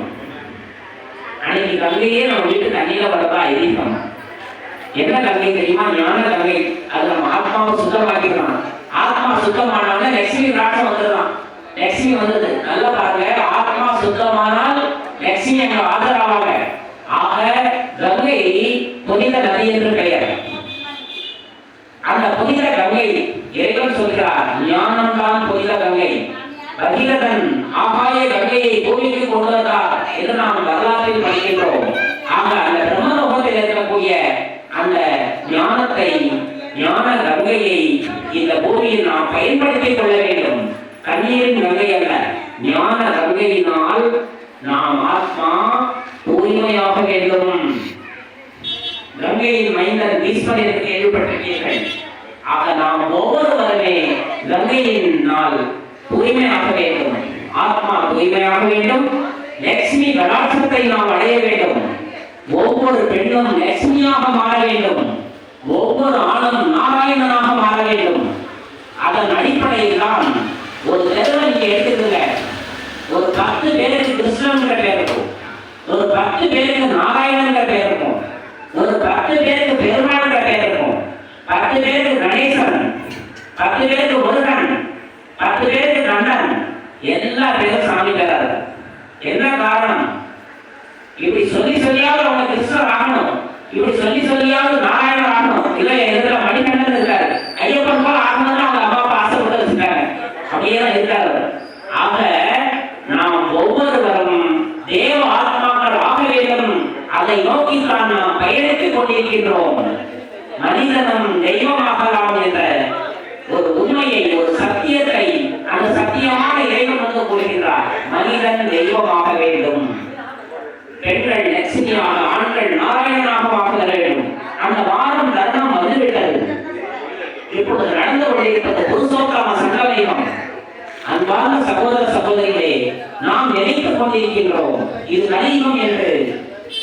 கலியுகம், கலியுகத்திற்கு முடிவிலும் சத்தியுகத்தின் ஆரம்பத்திலும் இருக்கின்றோம். யுக சந்தி என்று ஒரு காலம் உள்ளது. 2 யுகங்கள் சந்திக்கின்ற இடத்தை யுக சந்திப்போம். அந்த நேரத்தில் இருக்கிறோம். எப்பொழுது பரமாத்மா இந்த பூமியில் வருகின்றாரோ, ஜீவாத்மாவோடு தொடர்பு கொள்கின்றாரோ, அந்த சந்திப்பு தான் சங்கம யுகம். சங்கம் என்றால் இணைதல் என்ற அர்த்தம். பரமாத்மா ஜீவாத்மாவோட டச் பண்ற, டச் த லைட் ஆங்கிலத்தில் சொல்லுவோம். ஆத்மா ஒரு லைட், பரமாத்மா ஒரு லைட். அந்த லைட்டு இந்த லைட்டை டச் ஆகுது. இதைத்தான் நம்ம கற்பூர ஆரத்தில அந்த ஒளி நம்ம ஆத்ம ஒளியில டச் பண்றோம். யாருக்கெல்லாம் புரியாமல் இருந்ததோ இன்று நீங்கள் புரிந்து கொள்ளுங்கள். இறைவன் என்ற ஒளி நம் ஒளியோடு டச் ஆக வேண்டும். ஆக டச் த லைட், நம்முடைய ஆத்ம ஒளி சக்திசாலி ஆக வேண்டும். 5000 வருடங்களில் இந்த பூமியில் வாழ்வதற்கு ஆத்மாங்கிற பேட்டரி சார்ஜ் ஆக வேண்டும். அப்ப உடனே ஒரு காரணம் சொல்லுவாங்க, எப்படி வாழ்றீங்கன்னு கேட்டா ஏதோ வண்டி ஓடுதுவாங்க. ஆக இந்த உடல் ஒரு வண்டி, ஆத்மா தான் டிரைவர். அந்த ஆத்மாங்கிற டிரைவருக்கு சக்தி வேணும், எனர்ஜி வேணும். 5000 வருஷம் வாழ்ந்து எனர்ஜி இல்லை. இவன் என்ன செய்யணும்? கடவுளை டச் பண்ணா இறைவன் சோர்ஸ் ஆஃப் அத்தாரிட்டின்னு சொல்லுவோம். சக்தி கடல் இறைவன், சாந்தி கடல் இறைவன், ஆனந்த கடல் இறைவன், சர்வ சக்திவான் இறைவன். அந்த இறைவனை உங்கள் ஆத்மா டச் ஆயிட்டுனா அந்த சக்தி நம்ம ஆத்மாவை ஏறிடும். ஏன் சார் ஏறல கேட்டீங்கன்னா, உடல் என்ற ரப்பருக்குள் ஆத்மா இருக்கிறது. எப்படி 2 உயர வெறுமனே முடிச்சு போட்டா கரண்ட் பாஸ் ஆகாது. அந்த 2 உயர்ல உள்ள இன்சுலேஷன் ரப்பரை எடுத்துட்டு அந்த கம்பியை இணைச்சோம்னா கரண்ட் பாஸ் ஆகும். அதே போல நம்முடைய உடல் என்ற ரப்பருக்குள் ஆத்மா மறைந்து இருப்பதால் கடவுளோடு தொடர்பு கொள்ள முடியவில்லை. ஆக கடவுளோடு தொடர்பு கொள்வதற்கு ஒரு மார்க்கம் என்னவென்றால், கோவில ஒரு பலிபீடம் வச்சிருப்பாங்க, ஆலயம் எழுதிப்பாங்க. ஆலயம் என்றால் ஆத்மா லயமாக கூடிய இடம் ஆலயம். ஆத்மா இறைவனோடு லயமாக வேண்டும், இணைய வேண்டும். எப்படி இணையும்? அங்க இருக்கிற பலிபீடத்துல உங்க உடலை அங்க போட்டு உணர்வுகளை அர்ப்பணம் செய்து விட்டு நீங்கள் உள்ளே செல்ல வேண்டும். இதுதான் வைணவ கோவில்களையும் திருச்செந்தூர் முருகன் கோயில, திருப்பதி கோயிலெல்லாம் சட்டப்பட விட மாட்டாங்க. என்ன காரணம்னா, உடல் என்ற சட்டையை கலத்தி விட்டு இறைவனை அணுகுங்கள்னு அர்த்தம். நாம வெளிப்படையா என்ன செய்வோம்? உடலுக்கு மேல இருக்கிற சட்டையை கலத்துறோம். ஆனால் ஞானிகளுடைய உபதேசம் என்னவென்றால், இந்த உடலே ஒரு சட்டை தான். கீதையின் உபதேசப்படி இந்த உடல் ஒரு சட்டை. இந்த சட்டையை கடத்தி விட்டு ஆத்மாவாக ஆண்டவர் அருகில் செல்லுங்கள். உங்கள் ஆத்மா இறைவனோடு லயமாகட்டும். இதுதான் தத்துவம், இதுதான் ஞானம். இதை நாம் ஒவ்வொருவரும் உணர வேண்டும். ஆக அன்பார்ந்த சகோதர சகோதரிகளே, இறைவனை நாம் தொட வேண்டும். இறைவனை நம் ஆத்மாவில் அமர்த்த வேண்டும். முடியுமா என்று நீங்கள் கேட்கலாம். நிச்சயமாக முடியும். கடவுள் யார்? நம்முடைய தந்தை. இந்த ஒரு உண்மையை புரிஞ்சுங்க. பகவான், கடவுள் ஈஸ்வரன், விஸ்வநாதன், சொப்பநாதன் இப்படியெல்லாம் அழைப்பதை விட கடவுளை அப்பா என்று சொல்லி பாருங்கள். அது ஒரு மந்திர சொல். அப்பா என்று சொல்லும் பொழுது உறவு வருகின்றது, சமதம் வருகின்றது, நெருக்கம் வருகின்றது. ஆக அந்த இறைவனை அழைக்கின்ற முறையை மாற்றுங்கள். இறைவனை அப்பா என்று நீங்கள் நினைக்க வேண்டும், கருத வேண்டும். உங்கள் ஆத்ம கண்ணால் அவரை பார்க்க வேண்டும். சிவராத்திரி அன்று கண் திறக்க வேண்டும் என்று சொல்வார்கள். அன்பார்ந்த சகோதர சகோதரிகளே, உங்கள் ஆத்மாவின் கண் திறக்கட்டும். அந்த கண்ணினால், மன கண்ணினால் நீங்கள் அந்த ஜோதியை தரிசிக்க வேண்டும். அவரோடு நீங்கள் பேச வேண்டும். அக்ஷர அபியாசம் என்று சொல்வார்கள் சரஸ்வதி பூஜை அன்னைக்கு. ஆனா எழுதுவாங்க. அதே போல இன்று உங்களுக்கு நான் அக்ஷர அபியாசத்தை சொல்லித்தர விரும்புகிறேன். நீங்கள் செய்ய வேண்டியது காலையில் எழுந்து ஒரு 5 வார்த்தையாவது இறைவனிடம் பேசுங்கள். அப்பா எங்க வீட்டுக்கு வாங்கன்னு கூப்பிடுங்க. ஒரு குழந்தை கூப்பிட்டா கடவுள் ஆதரவாக அடுத்த வரை என்ன பாதுகாப்பான்னு சொல்லணும். கடவுள் பார்வையில சக்தி வரும். அதனாலதான் இந்தியாவில் தரிசனம்னு வச்சாங்க. அப்படியே சுவாமி தரிசனம். நாம் அவரை பார்க்க வேண்டும், அவர் நம்மை பார்க்க வேண்டும். கண்ணும் கண்ணும் நோக்க வேண்டும். அதனாலதான் தரிசனம்னு வச்சாங்க. கடவுள் பேர்ல கண்ணன்னு வச்சாங்க. நல்லா கவனிச்சு பாருங்க. கையன்னு வைக்கல, காலன்னு வைக்கல, விரலன்னு வைக்கல. ஆனா கண்ணன்னு வச்சாங்க. ஒரு உறுப்பை வைத்து ஒரு கடவுள் பெயர் வச்சாங்க. என்ன காரணம் என்றால் கண்ணுக்கு உள்ள சக்தி. நம்முடைய கண்ணால் இந்த உலகத்தை மாற்ற முடியும். இதெல்லாம் இறைவன் சொல்றார். உங்களுடைய திருஷ்டியால் இந்த சிருஷ்டி மாறும். நம் பார்வையால் இந்த உலகத்தை மாற்ற முடியும். உங்கள் பார்வையால் இந்த உலகத்தை சொர்க்கமாக்க முடியும். இதற்கு மகாபாரதத்தில் ஒரு இடத்தில் அந்த கதையில் நமக்கு கற்பிக்கப்பட்டுள்ளது என்னவென்றால், அந்த போர் நடந்து கொண்டிருக்கும் பொழுது காந்தாரி என்ன சொல்லுவாங்கன்னா, துரியோதனனை ஒரு வீரன் அனுப்பி ஒரு தூதன் அனுப்புவாங்க. நீ போய் துரியோதனனை நிர்வாணமாக என் அறைக்கு வர சொல்லணும்னு ஒரு செய்தி அனுப்புவாங்க. என்ன காரணம்னா, காந்தாரிக்கு ஒரு சக்தி உண்டு. அவங்க தன்னுடைய கணவர் திருதராஷ்டிரன் கண் தெரியாதவர். காந்தார நாட்டிலிருந்து கல்யாணம் பண்ணி வந்தாச்சு. இந்த குரு வம்சத்துக்கு வந்தாச்சு. கணவர் கண் தெரியாது. அப்படியே ஒரு முடிவுக்கு வர்றாங்க. கணவன் பார்க்காத காட்சியை நான் பார்க்க கூடாதுன்னு அந்த பத்தினி நினைச்சதுனால ஒரு ரிப்பனை எடுத்து தன்னுடைய கண்ணை கட்டிக்குவாங்க. எந்த காட்சியும் நானும் பார்க்க மாட்டேன், ஈக்குவலா இருப்போம், கணவனுக்கு ஈக்குவலா இருப்போம் நினைச்சாங்க. அப்படி இருக்கும் பொழுது சாமி கும்பிடும்போது மட்டும் அவங்க கண் ரிப்பனை திறப்பாங்க.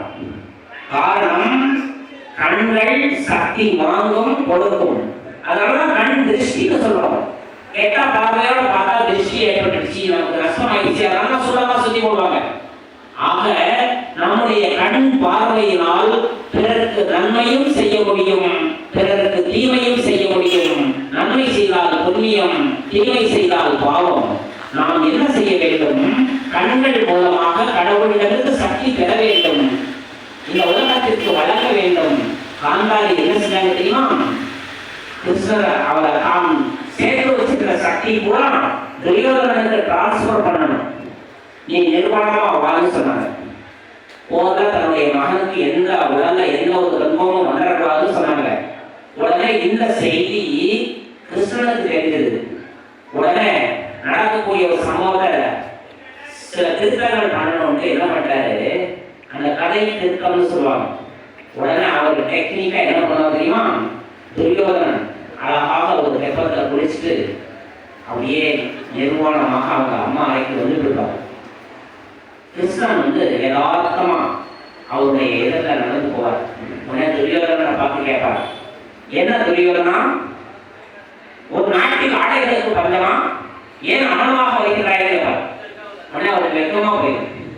இல்ல அம்மா சொன்னாங்க, அம்மா சொன்னாலும் உங்களுக்கு ஒரு அறிவு வேண்டாமா, நீ என்ன கை குழந்தையா என்று சொன்னோடனே சரி சரி அவர் சொல்றதா இருந்து பக்கத்துல இருந்த வாழை இலைய வாழை மட்டைய தன்னுடைய இடுப்புல கட்டிக்கிட்டு அப்படியே காந்தாரி இருக்கிற ரூமுக்கு போவார்.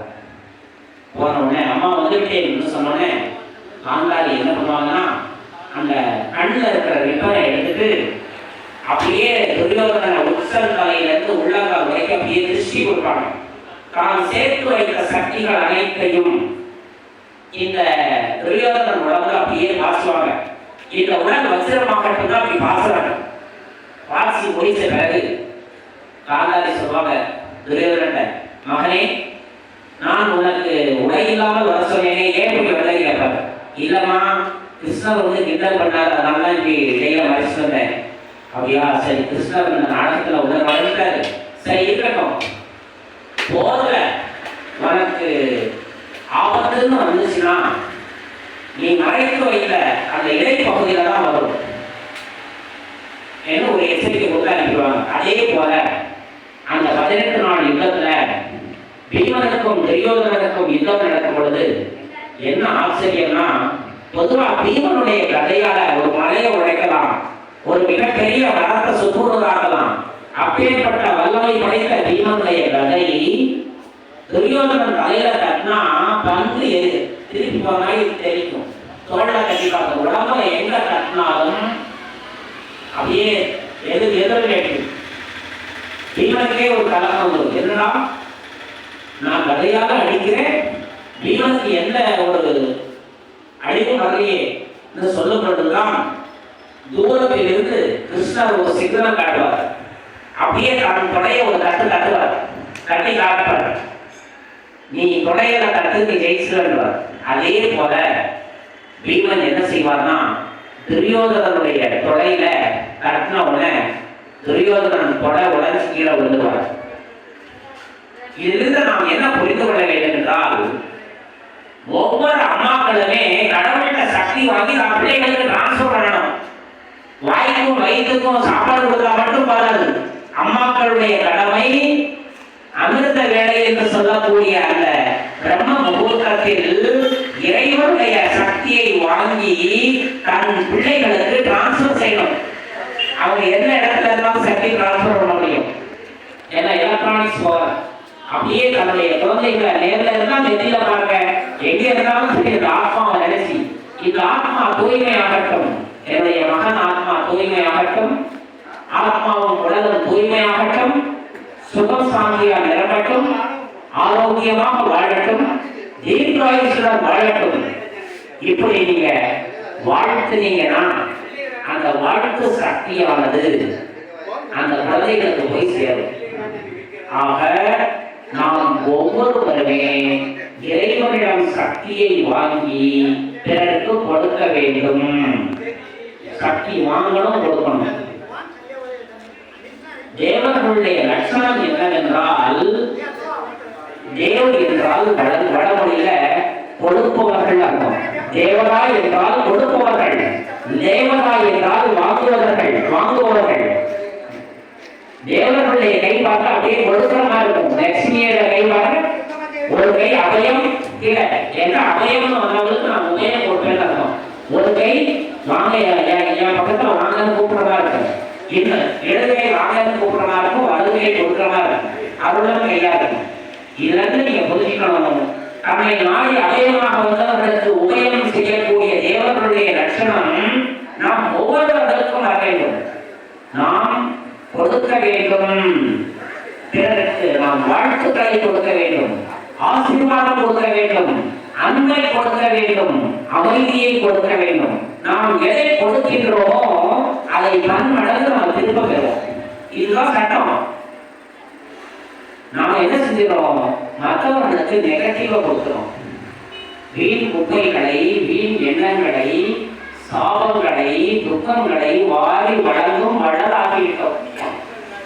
இந்த பூமி ஏன் துன்பம் நிறைந்த பூமி ஆனது என்றால், கடவுள் இந்த பூமியை துன்ப பூமியாக படைக்க முடியவில்லை. மனிதர்களாகிய நாம் அறியாமையால் நிறைய வழங்கிட்டோம், கெட்ட எண்ணங்களை வழங்கிட்டோம். வள்ளுவர் சொல்வாரு, கெடுவான் கேடு நினைப்பான். இது வந்து முன்னோர்கள் சொன்னது. கெடுவான் கேடு நினைப்பான். வள்ளுவர் என்ன சொல்வாருன்னா, மறந்தும் திறன்கேடு சூழக்க சூழின் அறம் சூழும் சூழ்நவன் கேடு. மறதியாக கூட அடுத்தவர்களுக்கு கெடுதல் நினைத்தால் அறம் என்ற சட்டம் உங்களுக்கு கெடுதல் ஏற்படுத்திவிடும். அன்பான சகோதர சகோதரிகளே, நாம் ஒவ்வொருவரும் எதில் கவனமாக இருக்க வேண்டும் என்றால் பிறருக்கு நாம் மனதால் கூட துன்பம் தரக்கூடாது. அதனால கண்ணதாசன் எழுதுறாரு, மனதாலும் கோபம் கொண்டால் அது பாவம். வாயால் நான் திட்டல, கையால் அடிக்கல, ஆனா மனதாலும் கோபம் கொண்டால் அது பாவம்னு எழுதினார். ஆக பாவங்கள் எப்படியெல்லாம் ஏற்படும் என்றால் எண்ணம் மூலமாக ஒரு பாவம் ஏற்படும், பார்வை மூலமாக ஏற்படும், வார்த்தை மூலமாக ஏற்படும், செயல்கள் மூலமாக ஏற்படும். மகாபாரதத்தில் நீ கவனிக்கணும், ஒத்த வார்த்தை துரியோதனுடைய சீக்கிரத்துக்கு என்ன காரணம்? நீங்கள் கவனித்து பாருங்கள். பாண்டவர்கள் இந்திரபிரஸ்தம் என்ன ஒரு பெரிய ஒரு மாளிகை கட்டிவாங்க, பிரமாண்டமான மாளிகை. அந்த இந்திரபிரஸ்தத்தினுடைய கிரக பிரவேசத்துக்கு கௌரவர்களை இன்விடேஷன் கொடுத்து அழைக்கிறாங்க. அப்போ துரியோதனன் தன்னுடைய நண்பர்களோட வர்றாரு. அந்த இந்திரபிரஸ்தத்தில் நுழையும் பொழுது அந்த இந்திரபிரஸ்தம் ஒரு பெரிய தெப்பம் மாதிரி இருக்கும், உள்ள படிக்கட்டு மாதிரி இருக்கும். உங்க கணக்கண்ல மதுரையில் உள்ள மீனாட்சி அம்மன் கோயில் தெப்பக்குள்ள மாதிரி உங்க கண்ணில் பாருங்க. அந்த அறைக்கு உள்ள வருவாரு, படிக்கட்டு மாதிரி தெரியும், ஆனா படிக்கட்டு கிடையாது. கண்ணி இருக்கிற மாதிரி தெரியும், கண்ணி கிடையாது, எல்லாமே ஓவியம். உடனே உள்ள இப்படி நுழையும் பொழுது ஓஹோ இங்க தண்ணி நிக்கி போல மெதுவா கால் வைக்கணும்னு துரியோதனன் அப்படி தூக்கி வைப்பாரு. உடனே அந்த பழங்க இருக்கிற பாஞ்சாலி என்ன செய்வானா, கலகாலும் சிரிச்சுவான். விளையாட்டு விளையாட்டு என்ன சொல்லி சிரிப்பா, குருடனுக்கு பிறந்த குருடன்னு சொல்லுவோம். அதாவது திருதராஷ்டிரன் குருடன், அவருடைய பையனும் குருடன்னு அவர் கட்டி கேலி பண்ணுகிறார். அந்த ஒற்றை வார்த்தை துரியோதனுடைய மனதில் ரணமாகிவிட்டது. வள்ளுவர் சொல்வாரு, தீயினால் சுட்டவன் உள்ளாரும் ஆறாதே நாவினால் சுட்ட வலு. அதாவது தீய சுட்டவன் கூட ஒரு வாரம் கழிச்சு ஆயிடும், ஆனா நாவினால் சுட்ட வார்த்தை இருக்கே ஜென்மம் முழுக்க அந்த வார்த்தை தொடரும், பகையாயிடும். அதே போலதான் துரியோதனன் மனதில் பகை வளர்வதற்கு இதுவும் ஒரு காரணம். ஆக நாம் ஒவ்வொருவரும் நாவடக்கம் மிக்கவர்களாக வேண்டும். வள்ளுவர் சொல்றாரு, யாவராயும் நாகாக்க ஆவாக்கின் சோகாக்க சொல்லியிருக்கப்பட்டு. உங்க நாவை நீங்க அடக்கமா வச்சுக்கிறியா, அந்த சொல்லினால் உங்களுக்கு இழப்பு ஏற்பட்டுவிடும். ஆக நாம் வார்த்தையில் கவனமாக இருக்க வேண்டும். சரஸ்வதி தேவியை வேண்டிக் கொள்ளுங்கள். மகாகவி காளிதாஸ் சரஸ்வதி தேவி ஆவாகனம் செஞ்சவாய் நாம ஒவ்வொருத்தருமே நமது நாளில் சரஸ்வதி தேவி அமர வேண்டும் என்று வேண்டிக் கொள்ள வேண்டும். நல்ல வார்த்தைகளை நாம் கொடுக்க வேண்டும், வரம் கொடுக்க வேண்டும். வரம் கொடுக்கும் வள்ளலாக வேண்டும். முருகனுடைய மனைவிக்கு பெயர் வள்ளி. திருவாங்க வரையர் சொல்வார், வள்ளலின் மனைவி வள்ளிங்கார், வள்ளலுடைய பெண்பால் வள்ளிங்கார். நாம் எல்லாரும் என்ன சொல்லணும், வள்ளலாக வேண்டும். என்ன ஈதல் இசைப்பட வாழ்தல் அதுவல்லாது ஊதியம் இல்லை உயிர்க்கு சொல்றார்.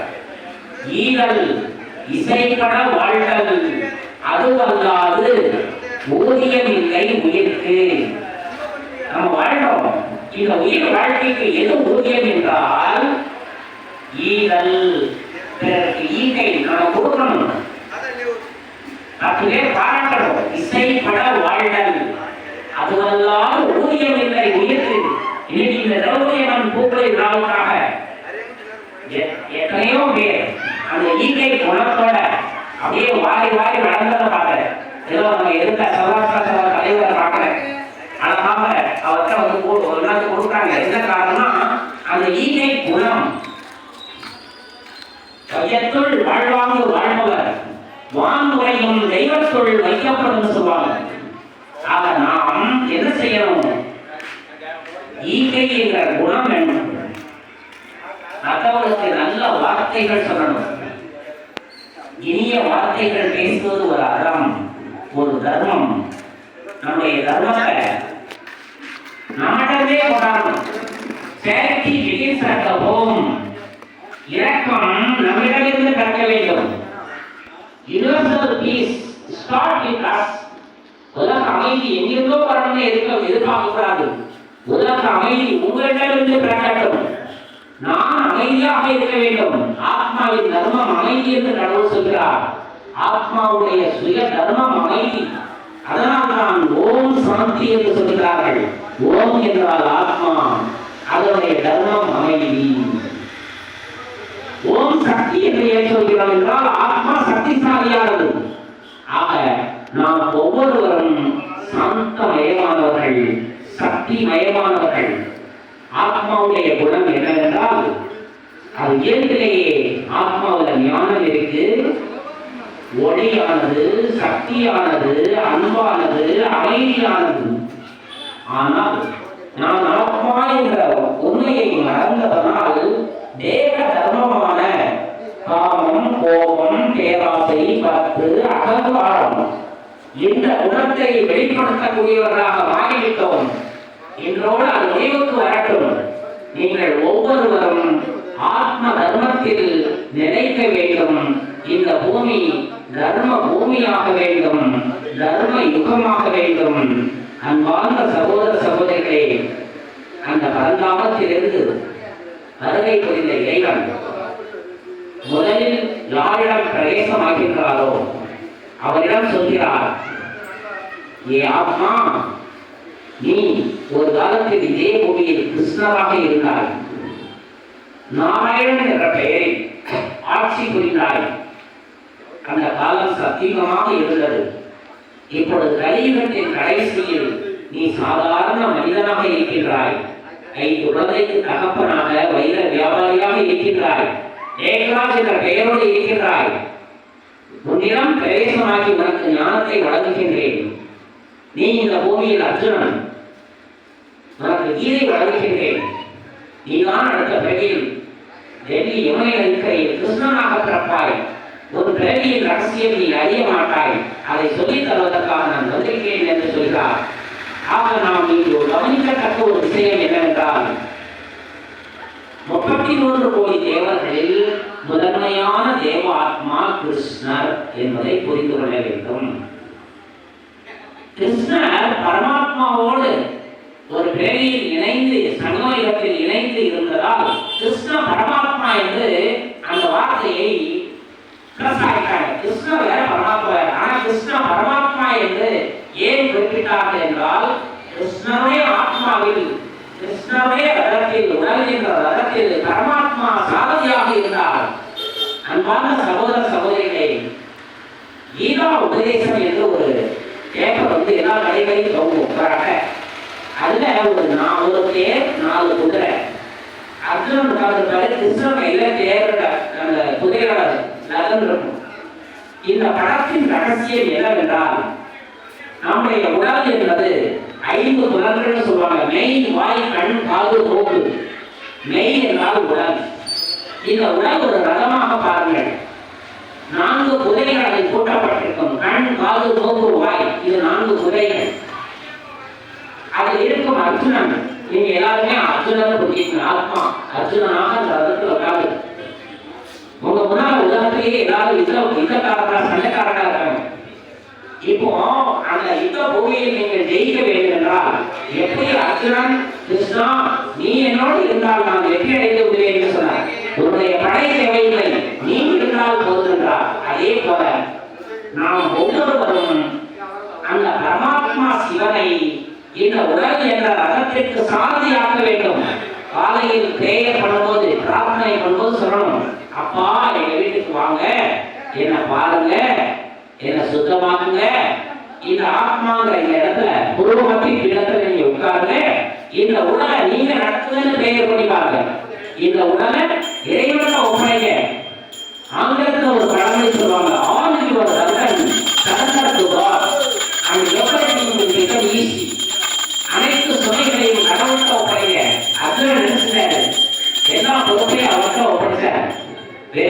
உடையதாக ஆனது. எல்லா சூழ்நிலையிலும் கிருஷ்ணர் வந்து அந்த பரமாத்மாவை காப்பாற்றார். அதே போல நாம் ஒவ்வொருவரும் அந்த சிவ பரமாத்மாவை நாம் உள்ளத்தில் அமர்த்த வேண்டும், அமர சொல்ல வேண்டும், வழிநடத்த சொல்ல வேண்டும். இது நம்முடைய பிரார்த்தனையாக வேண்டும், ஜீவ வார்த்தையாக இருக்க வேண்டும். இந்த ஜீவன் அந்த பரமாத்மாவோடு இணைந்து இருக்க வேண்டும். எப்படி கிருஷ்ணர் பரமாத்மாவோடு இணைந்து கிருஷ்ண பரமாத்மா ஆனாரோ அதே போல நாம் ஜீவ ஐக்கிய பிரம்மம் என்று சொல்வார்கள் அல்ல, ஜீவ ஐக்கிய சிவனாக நாம் மாற வேண்டும். சிவனுடைய பிள்ளைகள் நாம். இதை நாம் உணர வேண்டும். சிவ சக்தியாக மாற வேண்டும். நன்கு புரிந்து கொள்ளுங்கள். சிவனுடைய சக்தியை வெளிப்படுத்த வேண்டும். தன்னை மகற்காற்றும் கடமை தம் மக்கள் நம்மிடம் முன்னோக்கி இருக்க செய்ய சொல்கிறார். இதன் ஆதாரத்தில் தான் இறைவன் தன்னை விட தன் குழந்தைகளை கொண்டாடுகிறார். என்ன செய்கிறார்? சிவன் சொல்றாரு, நான் இந்த பூமியில் சொர்க்கத்தில் வருவதில்லை, பிறப்பு எடுப்பதில்லை, உங்களை நான் சொர்க்கவாசியாக்குகின்றேன். நரகவாசியிலிருந்து சொர்க்கவாசியாக நான் வந்திருக்கின்றேன். ஒவ்வொரு நரகத்தில் வாழும் நர மனிதனாக நாம் அனைவரும் இருக்கின்றோம். அதனால நர பலின்னு சொல்றாங்க, யாரையாவது பலியிட்டா. ஆக இன்றைய உலகம் நரகம், இதை சொர்க்கமாக இறைவன் வந்திருக்கின்றார். அந்த சொர்க்கத்தில் நாம் ஒவ்வொருவரும் பிறவி எடுக்க வேண்டும், சொர்க்க வாழ்வை பரிசாக பெற வேண்டும். அதற்கு ஒரு கல்வியை கடவுள் சொல்கின்றார். ஒவ்வொருவரும் குணம் என்ற கல்வியை பெற வேண்டும். குணங்கள் பண்புகள் நிறைந்த சமுதாயம் உருவாக வேண்டும். தாங்கான உலகம் அமைய வேண்டும். பரிஸ்தான் என்று சொல்வார். வரி என்றால் தேவர்கள், ஸ்தான் என்றால் இடம். தேவர்கள் வாழும் பூமியாக இது மாற வேண்டும், தேவலோகமாக வேண்டும். ஆக இந்த பூமியை தேவலோகமாக்க அந்த தேவாதி தேவன் வந்துள்ளார். முதல் இளவரசனாக கிருஷ்ணன் ஆக உள்ளார்.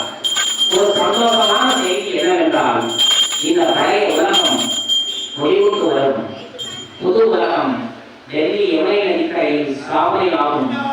இதோ நாம் கண்ணால் பார்த்துக் கொண்டிருக்கின்றோமே, இந்த கண்ணன் மலைகள், மேற்கத்திய தொடர்ச்சி மலைகள், இவை அனைத்தும் பூமிக்கு உள்ளே பதிந்துவிடும்.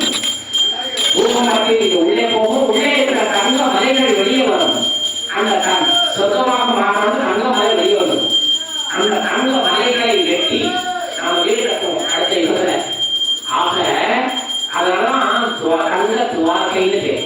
கிருஷ்ணன் வாழ்ந்த காலத்துல தங்க வீடு கட்டாது. செங்கல்ல மண்ணல் கட்டப்பட்ட வீடா இருக்காது. இப்பதான் இருக்கிற ஐக்கியமா இருக்காது. எல்லா வீட்லையும் வயலுகையெல்லாம் பதிஞ்சிட்டு இருப்பாங்க. அங்கங்க அப்படியே ஒரு சின்ன லைட்ல கூட அப்படியே மெழுகும். கந்தர்ப்ப மாளிகைகள் போல ஜொலிக்கும். அன்பான சகோதர சகோதரிகளே, விரைவில் இந்த பூமி சொந்தமாக போகின்றது. உங்கள் ஒவ்வொரு வீடும் தங்க வீடாக போகின்றது. தங்க மாளிகையில் வசிக்க போகின்றீர்கள். கிருஷ்ணபுரியில் வசிக்க போகின்றீர்கள். அந்த மாளிகைக்கு அருகில் புஷ்பக விமானம் இருக்கும். அந்த ஒவ்வொரு வீட்டையும் 2 புஷ்பக விமானம். குழந்தைகள் வாங்கி போறதுக்கு ஒரு விமானம், குடும்பத்தோட போறதுக்கு ஒரு விமானம். 8 வயசு குழந்தை கூட புஷ்பக விமானத்தை ஓட்டும். அது மனசுடைய என்னென்ன அப்படியே சென்சார் பண்ணும்.